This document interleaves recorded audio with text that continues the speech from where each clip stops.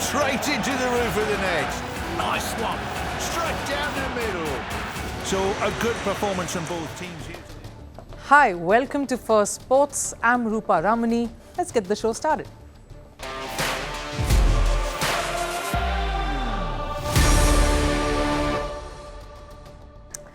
Right, on the show today, Pakistan cricket fans are angry. They claim the PCB has sold itself out. They are frustrated at the possibility of the Champions Trophy going out of the country itself. Has Pakistan failed their people again? This even as former Pakistan cricketers bash India for refusing to travel.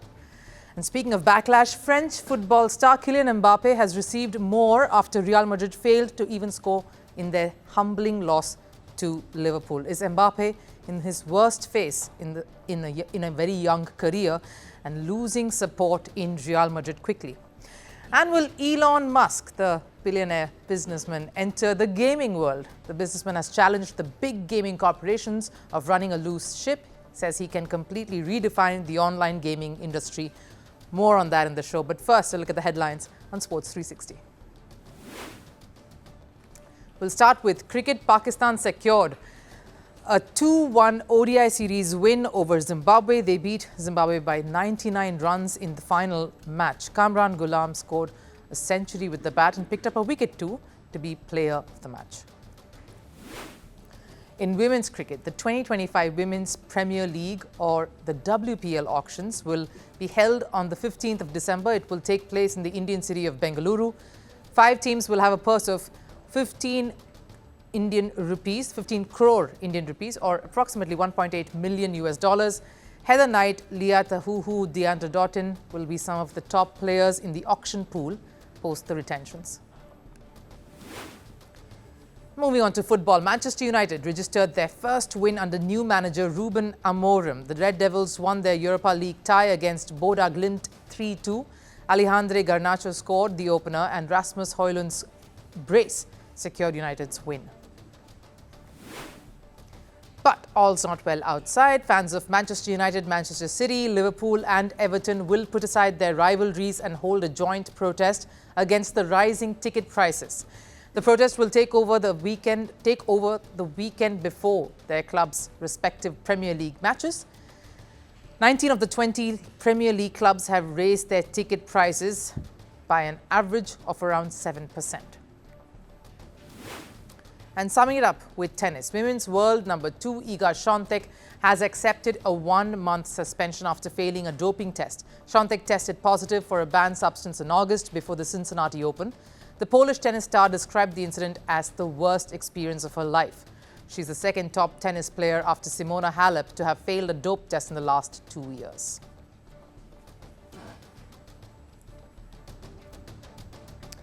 Right, Pakistan is angry. The cricket fans in the country are frustrated. The last 1 year, in fact, has been a very, very difficult phase for everyone. Their team did not give them much reasons to rejoice. The World Cups, both ODI and T20, went away in a bit of a blur, with Pakistan crashing out of both these ICC events. And now the complications that have arisen out of hosting the Champions Trophy has angered Pakistanis more. Just when Pakistan fans were beginning to have some hope over the circumstances in their country as a cricket host improving, comes this catch-22 situation.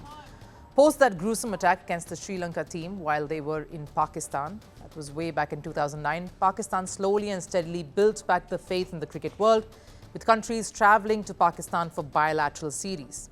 Countries, barring India that is. But with Champions Trophy threatening to make its exit, fans truly believe that PCB has not done enough to hold its ground or even garner enough support in opposing a powerhouse like India.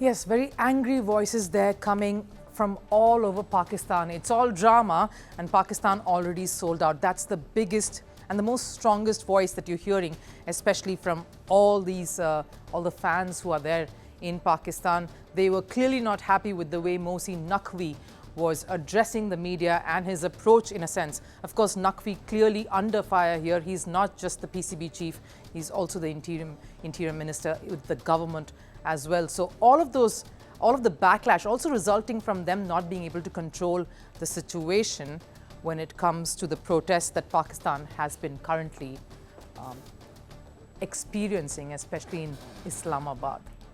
So a lot of that, of course, really coming back to bite and harm PCB. In fact, in the mad din of a very disgruntled cricket fans in Pakistan, all of these comments that you have been seeing and you read just now really resonates with the true sentiment of the fans there. They truly feel that Pakistan will not be able to keep its rights for the Champions Trophy, especially after the ICC meeting today came out with nothing much, no decision taken, and more conversations, in fact, going to happen. They believe that there will be a resolution, but we don't know when that will come out. And it is some of the comments that the PCB chief Mohsin Naqvi made that has in fact brought all of this to this particular point.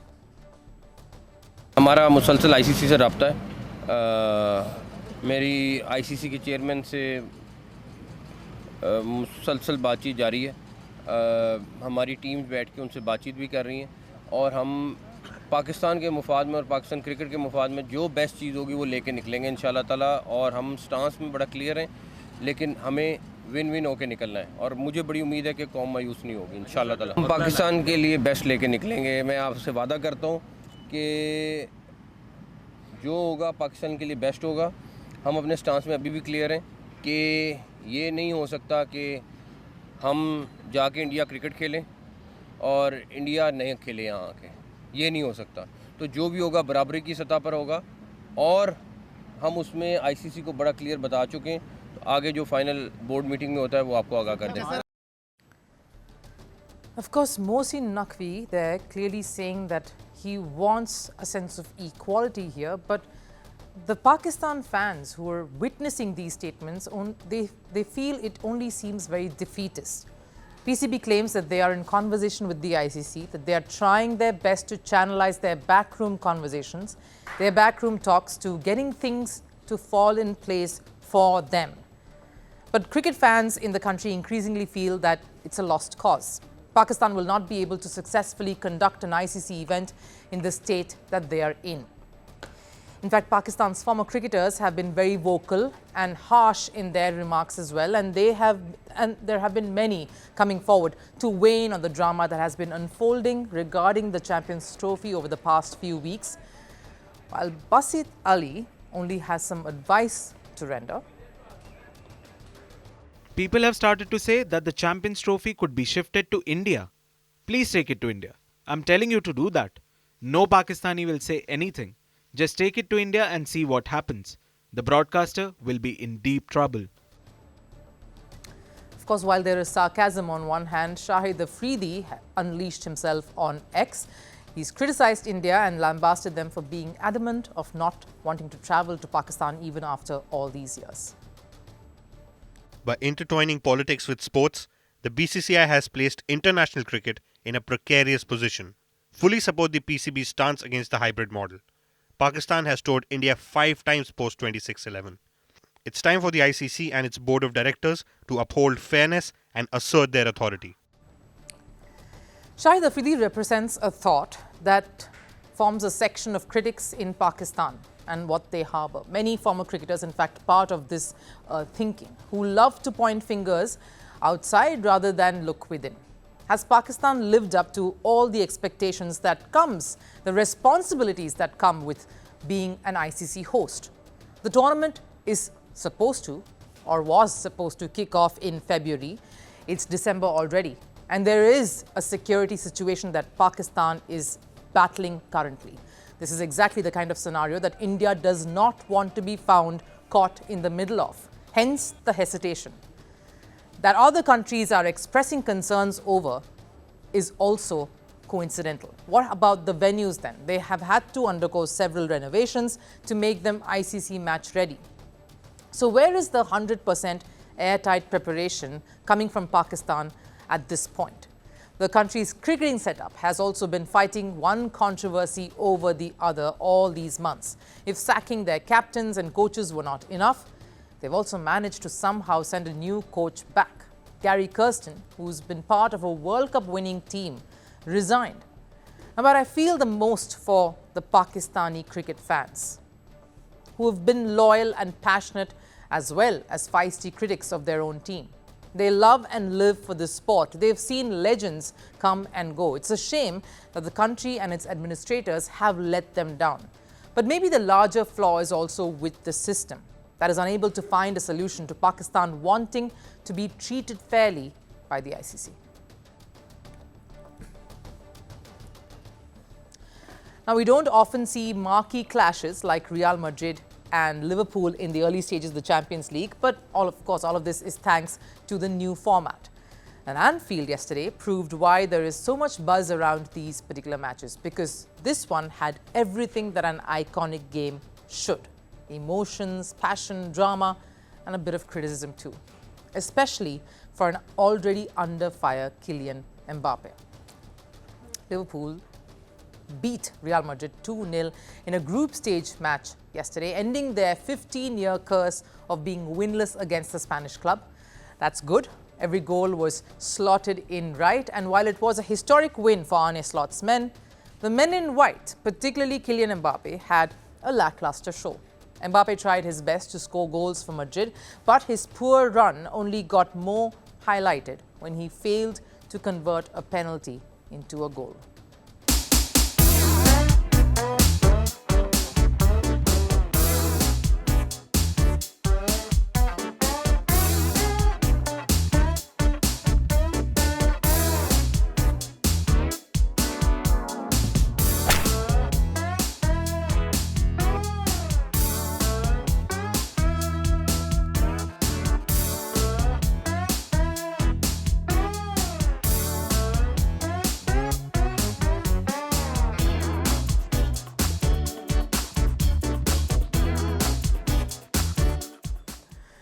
Some of them ought to hurt. The Spanish media, though, wasn't too far behind. Those are the fans, of course, but the media has been just as harsh. Major outlets took out the axe and tore right into Kylian Mbappe, some of them even calling him downright useless.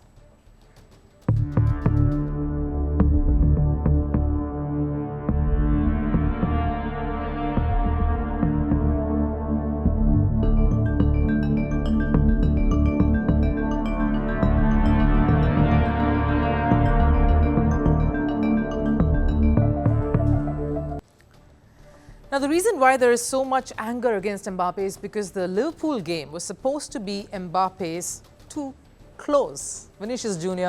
wasn't part of the match due to an injury, so Mbappe had the whole left wing to himself, a position he's always preferred during his career, and yet Mbappe failed to make the most of it. Sure, he tried dribbling past Liverpool, but given the kind of pressure that's riding on Mbappe already, fans expect more. They expect him to convert those chances into goals. A few tricks on the pitch just won't be enough. And that's why seeing Mbappe fail, patience clearly seems to have run out among fans. And this is only adding on to the horror phase that Mbappe has endured over the past few months. And we've been bringing that to you. He was questioned for skipping France's Nations League game and showing up for Real Madrid instead. His dedication towards France on the line when he was spotted in a pub. And then, of course, came the shocker, Mbappe linked to a rape investigation. Even if that seems to have somewhat eased up in the last few weeks, Mbappe's failure to really help Real Madrid win those matches has riled up the Madrid faithfuls. Mbappe had an average start to his Real Madrid career, where he scored 8 goals and assisted twice in the first 13 games. But in the last 5 encounters alone, Mbappe has made just 1 goal contribution, and that came against 14th placed Leganes.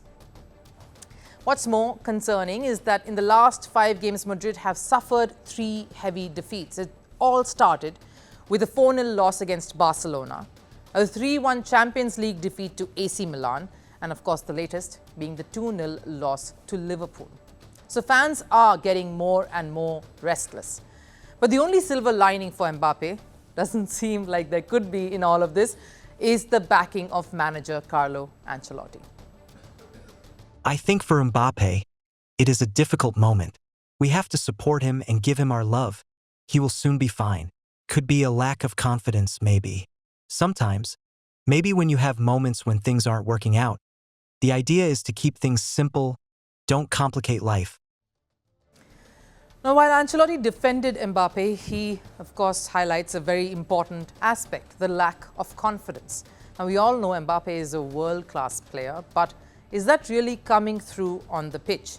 And it's not just Mbappe's on-field performance that brings out this lack of confidence that we're talking about, it's also his body language.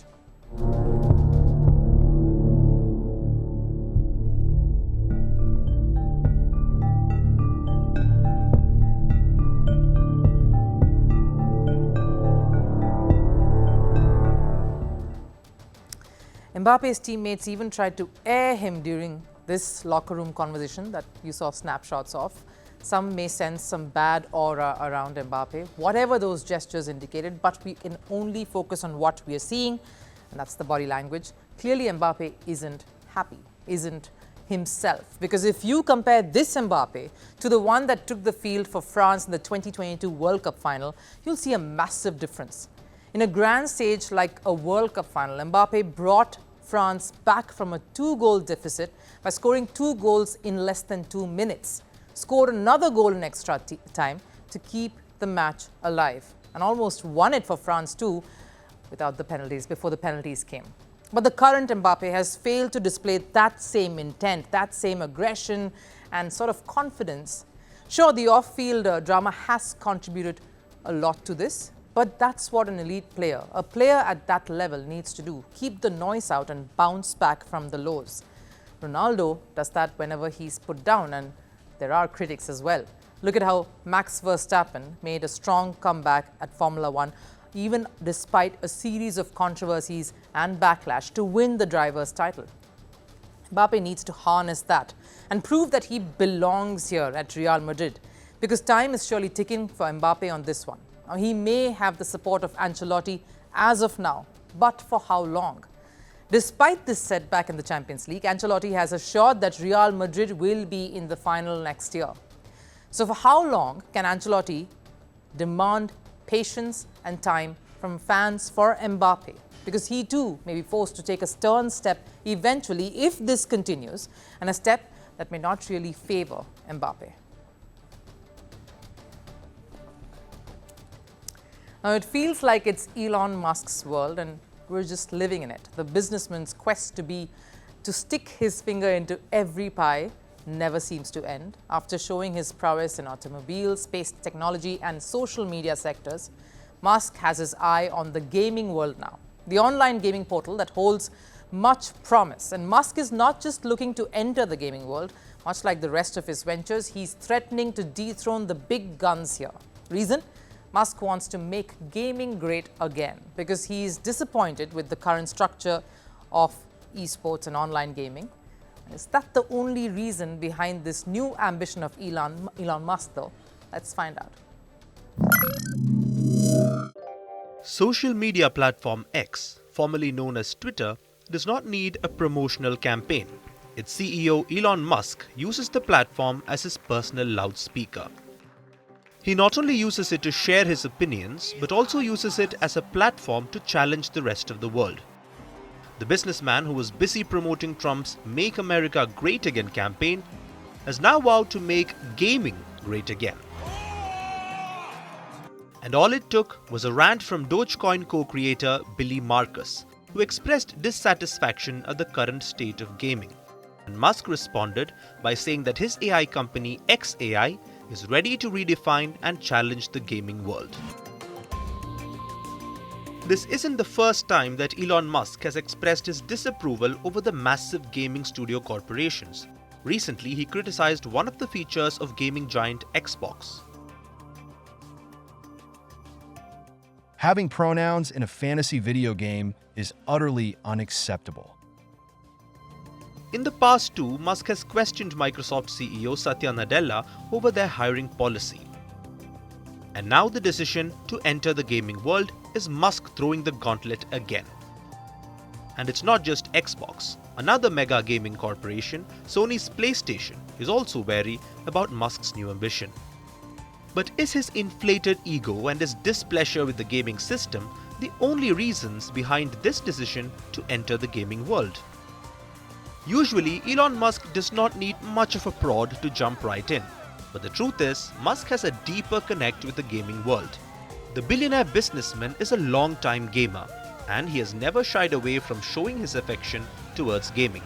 Just recently, he became one of the top 20 ranked players in Diablo 4, popular online game.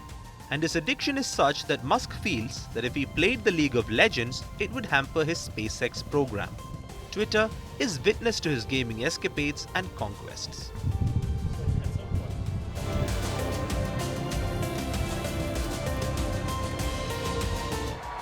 And now Musk may be turning his hobby into a profession, like he did with his other ventures. But what will be interesting to note is whether he will follow through with this desire. Not too long ago, Musk challenged Mark Zuckerberg for a physical battle, but that hasn't materialized yet. Maybe Musk wants to enter the gaming world to create a game where he can fight Zuckerberg digitally. If not the physical battle, AI avatars of the two battling. Musk's way of showing why AI is the future. We will stay tuned to this space for more. Right, time for last serve. Copa Libertadores final between Botafogo and Atletico Mineiro over the weekend is going to be an exciting affair. If you do not believe me, just take a look at Brazil club Botafogo's fans even before they boarded their bus to Argentina.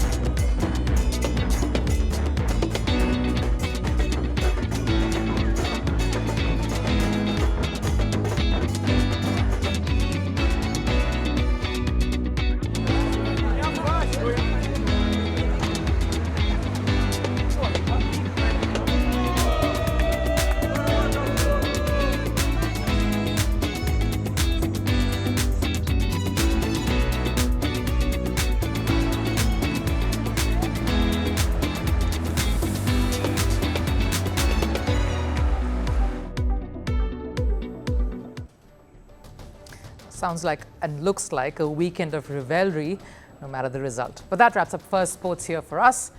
Thank you for being here along with me. I'll see you again, of course, after the weekend. Enjoy the weekend. I'll see you on Monday. Bye-bye.